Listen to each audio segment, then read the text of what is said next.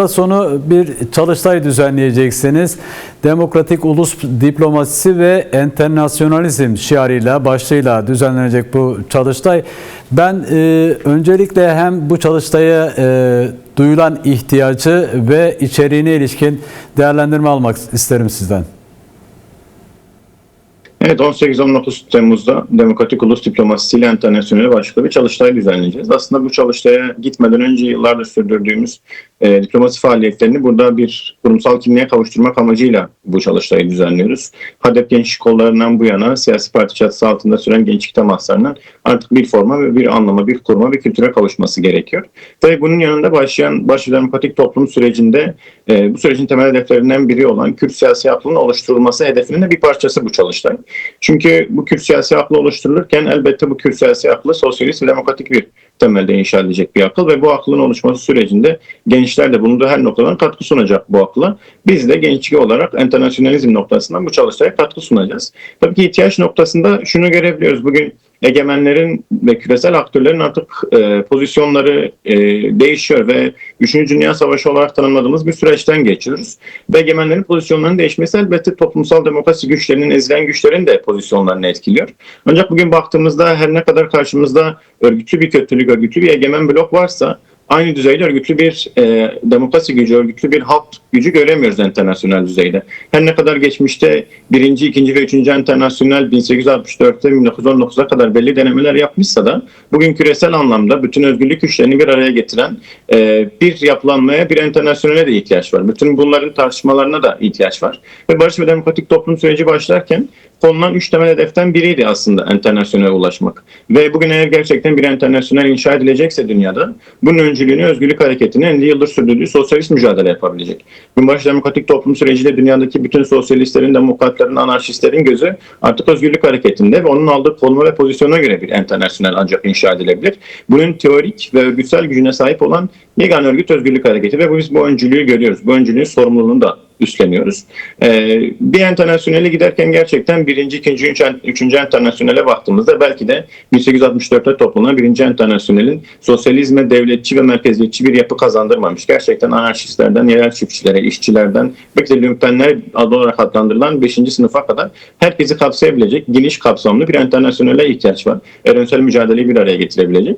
Biz de bu iddianın sahibiyiz. Bu iddia ciddi ve devrimci bir iddiadır ve bu iddianın gerçekleştirilebilmesi için bu iddiayı kaldırabilecek, taşıyabilecek bir yapıya, bir oluşuma ihtiyaç var. Biz Eren Parti Gençlik Meclisi olarak bu iddiayı daha güçlü taşımak adına bu hafta sonu bir çalıştay düzenleyip bundan sonraki çalışmalarımızı, diplomasi çalışmalarını yürütecek arkadaşlarımızla bir araya geleceğiz. Bu çalıştayın programına da değinebiliriz. Tabii, buyurun. Bu çalıştayımız 2 gün olacak bir çalıştay. 18 ve 19'unda olacak çalıştayımız. Çalıştayın 1. gününde aslında dünyada yaşananları ele alacağız. Hem egemenlerin gündemini hem ezilenlerin, halkların gündemini. Tabii ilk başta çalıştaya başlarken barış ve demokratik toplum sürecinin uluslararası yankılarını birlikte değerlendireceğiz. Bu uluslararası yankıların içerisinde aydınlardan demokratlara kadar, bütün kesimlerden şu ana kadar barış ve demokratik toplum sürecine verilen mesajları derleyip tartışacağız.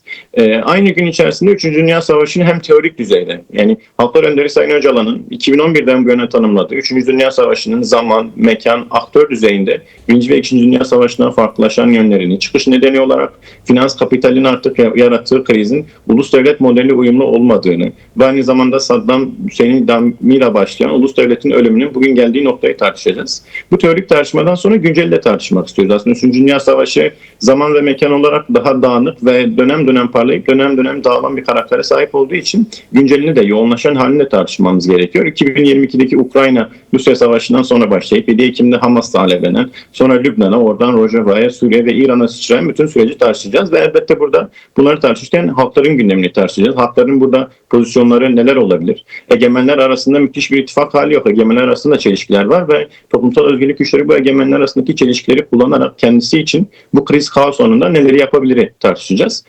Bu bahsettiğim egemenler arasındaki çelişkiyi de bir diğer başlık olan değişen küresel güvenlik algısı demokrasi başlığında ele alıp tartışacağız. Değişen küresel güvenlik algısında bugün Türkiye'nin kendisine biçtiği, evet artık tek bir süper güç bütün küreye yayılan bir güvenlik potansiyeli üretemiyor. Ve Türkiye'de artık Orta Doğu'da bir bölgesel liderliğe soyunmak istiyor. Buna benzer Orta Doğu'da bölgesel liderliğe soyunmak isteyen birçok devlet var. Onların konumunu ve geldikleri noktayı tartışacağız. NATO 3.0'ı tartışacağız. NATO'nun kimlik değişimini tartışacağız.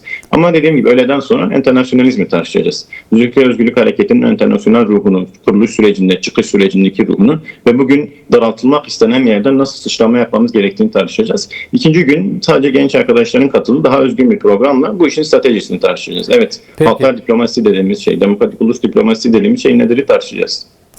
Değerli Kaan Arslan, evet bu hafta sonu bir çalıştay gerçekleştireceksiniz ve çalıştayın sonuçları çerçevesinde de bir sorum olacak kısaca ama yürütülen şu an devam etmekte olan Barış ve Demokratik Toplum süreci çerçevesinde DEM Parti Gençlik Meclisi'nin önüne koyduğu bir program var mı? Bu anlamda sürece katılım konusunda neler yapılacak?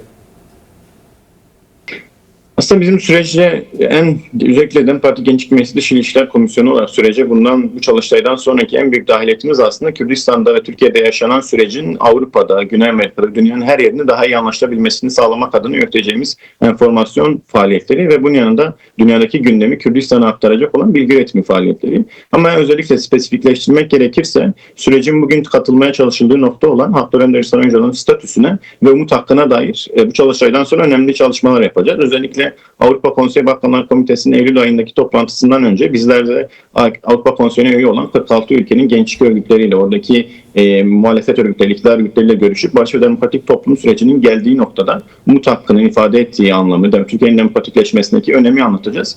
Aynı zamanda Barış ve Demokratik Toplum sürecinin önemli bir noktası da demokratik Kürt uluslaşmasının da sağlanması. Bu da demokratik ulus perspektifinin bir parçası. Ulusal birlik çalışmaları anlamında da 4 parça Kürdistan olan temaslarımız artık kurumsal bir noktaya kavuşturmak istiyoruz.